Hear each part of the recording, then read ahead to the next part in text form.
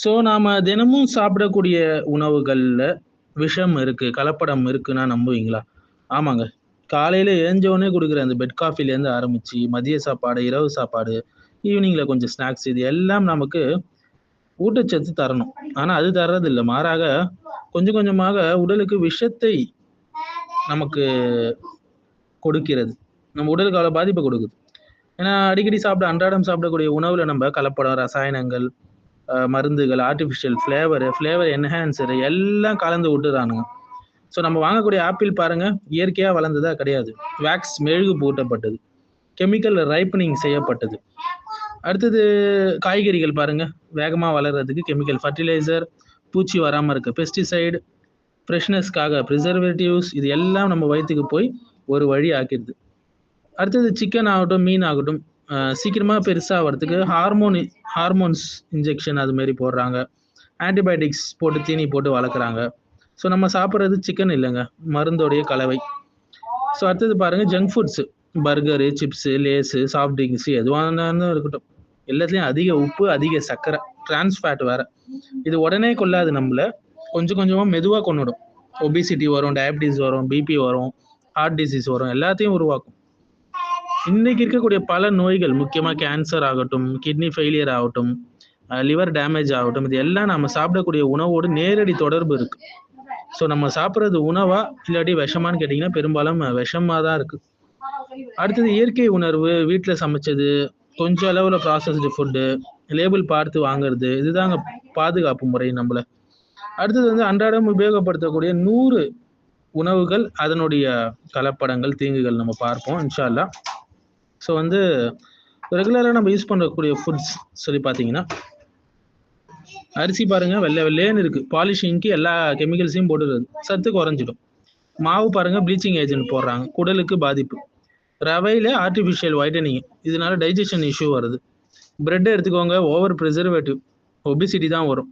பிஸ்கெட்டில் trans fat இருக்குது, இருதய நோய் வரும். அடுத்தது கார்ன்ஃப்ளெக்ஸ், சுகர் ஓவர்லோடு இருக்குது, டயபிட்டிஸ் வரும். நூடுல்ஸு, அதில் வேக்ஸ் கோட்டிங் இருக்குது, லிவர் டேமேஜ் ஆகும். பாஸ்தாவில் அடிட்டிவ்ஸ் இருக்குது, இதனால வெயிட் டக்குன்னு கூடிடும். இன்ஸ்டன்ட் ஓட்ஸ் பாருங்கள், ஃப்ளேவர் பண்ணுறதுக்கு கெமிக்கல்ஸ் போடுறாங்க, இது இன்சுலினை ஸ்பைக் பண்ணி விட்ரும். அடுத்தது மாவில் என்னென்னமோ மிக்ஸ் பண்ணுறாங்க, ஆர்டிஃபிஷியல் என்ஹான்சர் மிக்ஸ் பண்ணுறாங்க, இது எல்லாமே கட் இஷ்யூஸை கொடுக்கும். அடுத்தது பரோட்டா பாருங்கள், மைதா ப்ளஸ் டால்டா, கெட்ட கொழுப்பு அதிகமாகி விட்ரும். அடுத்தது பிஸா பேஸில் பார்த்தீங்கன்னா ரிஃபைன்டு ஃப்ளோர் போடுறாங்க, அதனால அதிகமான கெட்ட கொழுப்பு வரும். பர்கர் பன் ஆகட்டும், அதுலேயும் ப்ரிசர்வேட்டிவ், அசிடிட்டி வரும். கேக் சாப்பிட்டீங்களா, சிந்தட்டிக் கலர் அலர்ஜியை உருவாக்கும். முக்கியமாக பேக்கரி ஐட்டம்ஸில் பார்த்தீங்கன்னா ஹார்ட் ப்ராப்ளம் வரதுக்கான எல்லாமே போட்டிருப்பாங்க.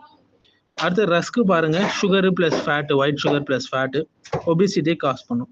சீரியல்ஸில் பாருங்கள், ஆர்டிஃபிஷியல் விட்டமின்ஸ் இம்பேலன்ஸ் கொடுக்கும். அது பேன்கேக் மிக்ஸில் பாருங்கள், அடிட்டிவ்ஸ் போட்டிருப்பாங்க, டைஜஷன் ப்ராப்ளம் வரும். அடுத்தது ரெடி தோசா பேட்டர், இட்லி மாவு எல்லாமே பேக்கிங் சோடா எக்ஸஸாக போடுவாங்க, ப்ளோட்டிங், வயிற்றில் ஒரு ப்ளோட்டிங் ஃபீலிங் கொடுத்துரும். தக்காளி எடுத்துக்கிட்டிங்களா, கெமிக்கல் ரைப்பனிங், அசிடிட்டியை உருவாக்கும். வெங்காயத்தில் பெஸ்டிசைடு, நரம்பு இஷ்யூ உருவாக்கும். உருளைக்கிழங்குல ஸ்ப்ரவுட் இன்ஹாபிட்டர் போடுவாங்க, அது டாக்ஸிசிட்டி. கேரட்லேயும் கெமிக்கல், லிவர் ஸ்ட்ரெஸ் பண்ணும். அடுத்தது பீன்ஸில் பாருங்கள், பெஸ்டிசைடு, ஹார்மோன் இன்பேலன்ஸ் பண்ணும். அடுத்தது கேபேஜில் கெமிக்கல் ஸ்ப்ரே, தைராய்டு இஷ்யூ கொண்டு வருது, இதனால தான் நிறைய பெண்களுக்கு இப்போ தைராய்டு வேறு இருக்குது. அடுத்தது காலிஃப்ளவர் பாருங்கள், வைட்டனிங் கெமிக்கல், ஸ்டொமக் அப்செட் பண்ணிடும். கத்திரிக்காவை, அதில் பெஸ்டிசைடு, அலர்ஜியை உருவாக்கும். ஸ்பினாச்சா கண்டாமினேட்டட் வாட்டரில் போட்டு அதை இது பண்ணுறது, இதனால இன்ஃபெக்ஷன் வரும். அடுத்தது கேப்சிகமில் வேக்ஸ் கோட்டிங்கு, டைஜஷன் இஷ்யூ. குக்கும்பரில் பாலிஷ் பண்ணுறாங்க, கெமிக்கல்ஸு, கட் ப்ராப்ளம் வரும். பிட்ருகாடா, பாவக்காவா, அதுலேயும் பெஸ்டிசைடு, டாக்ஸிசிட்டி. முருங்காவா, கெமிக்கல் க்ரோத்து, நியூட்ரியன்ட் லாஸ் ஆகும். பம்கினா, ஆர்டிஃபிஷியல் எக்ஸ்போஷர் வர. அடுத்தது வந்து மஷ்ரூம் ஆகட்டும், இதுவும் கெமிக்கல் க்ரோத்தில் வருது, டாக்ஸிசிட்டி. மேலும் வந்து கெமிக்கல் பாலிஷிங், கார்லிக்கு ஸ்டொமக் இரிட்டேஷனை உருவாக்கும். ஆப்பிளாக வேக்ஸ் கோட்டிங்கு, பனானாவா கார்பைட் ரைப்னிங்கு, நர்வ் ப்ராப்ளம் வரும். மேங்கோவா கெமிக்கல் ரைப்னிங்கு, ஸ்டொமக் பெயின் வரும். கிரேப்ஸாக பெஸ்டிசைடு அடித்து தள்ளுவாங்க, கிட்னி இஷ்யூ. போம் கிரானைட்டாக கலர் இன்ஜெக்ஷன் வர, டாக்ஸிசிட்டியை உருவாக்கும். வாட்டர் மலைன்லேயும் இப்போ இன்ஜெக்ஷன் போடுறாங்க, கிட்னி டேமேஜ். பப்பாயாவை கெமிக்கல் ரைப்பனிங்கு, டைஜஷன் இஷ்யூ. பைனாப்பிளில் ப்ரிசர்வேட்டிவ், அசிடிட்டி இஷ்யூ. ஸ்ட்ராபெரிலையும் பெஸ்டிசைடு, கோவாவில் கெமிக்கல் ஸ்ப்ரே, சப்போட்டாவில் கார்பைடு, எல்லாமே toxicity, skin allergy, gut issue உருவாக்கும். ஜாக் ஃப்ரூட்டும் கெமிக்கல் ரைப்பனிங்கு, கிவியில் வேக்ஸு, இது எல்லாமே டைஜஷன் இஷ்யூ உண்டாக்கும். டேட்ஸா அதில் சுகர் சிரப்பு கலந்து விட்டுறது. ஸோ டயபிட்டிஸ் அதிகரிக்கும். ட்ரை ஃப்ரூட்ஸா சல்ஃபர் டை ஆக்சைடு யூஸ் பண்ணுறாங்க. இது வந்து ப்ரீத்திங் இஷ்யூவை கொடுக்குது.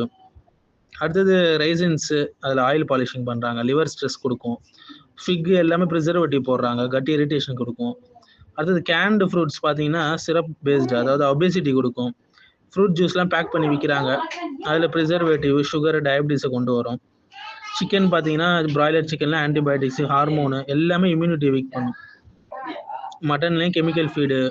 அடுத்தது ப்ரான்ஸில் கெமிக்கல் ஃபார்மிங்கு, எக்கில் ஹார்மோன் ஃபீடு, ப்ராசஸ்டு மீட் ஒரு பக்கம், ப்ரிசர்வேட்டிவ்ஸ் ஒரு பக்கம். நகெட்ஸில் அசிடிட்டி, அடிட்டிவ்ஸ் யூஸ் பண்ணுறாங்க. சாசேஜில் நைட்ரேட் யூஸ் பண்ணுறாங்க, heart issue. Canned meat sodium அதிகப்படுத்தி விட்டுரும், பிபி இஷ்யூ. மேலும் வந்து ட்ரைடு ஃபிஷ்ஷில் கெமிக்கல் ட்ரையிங் பண்ணுறாங்க, லிவர் இஷ்யூ வரும். ஃப்ரோசன் சிக்கன் வந்து ப்ரிசர்வேட்டிவ், கட் இஷ்யூ வரும். ரீயூஸ்டு ஆயிலில் ஃபிஷ் ஃப்ரை பண்ணுறாங்க, டாக்ஸிசிட்டி. அடுத்தது பால் பொருட்களில் பார்த்தீங்கன்னா மில்கில் பார்த்தீங்கன்னா வாட்டர் ப்ளஸ் யூரியா கலக்கிறாங்க, கிட்னி டேமேஜ். கேர்டா ஆர்டிஃபிஷியல் கல்ச்சர் பண்ணுறாங்க, கட் இம்பேலன்ஸ் உருவாக்கும். பன்னீரில் ஸ்டார்ச் மிக்ஸ் பண்ணுறாங்க, டைஜஷன் இஷ்யூ வரும்.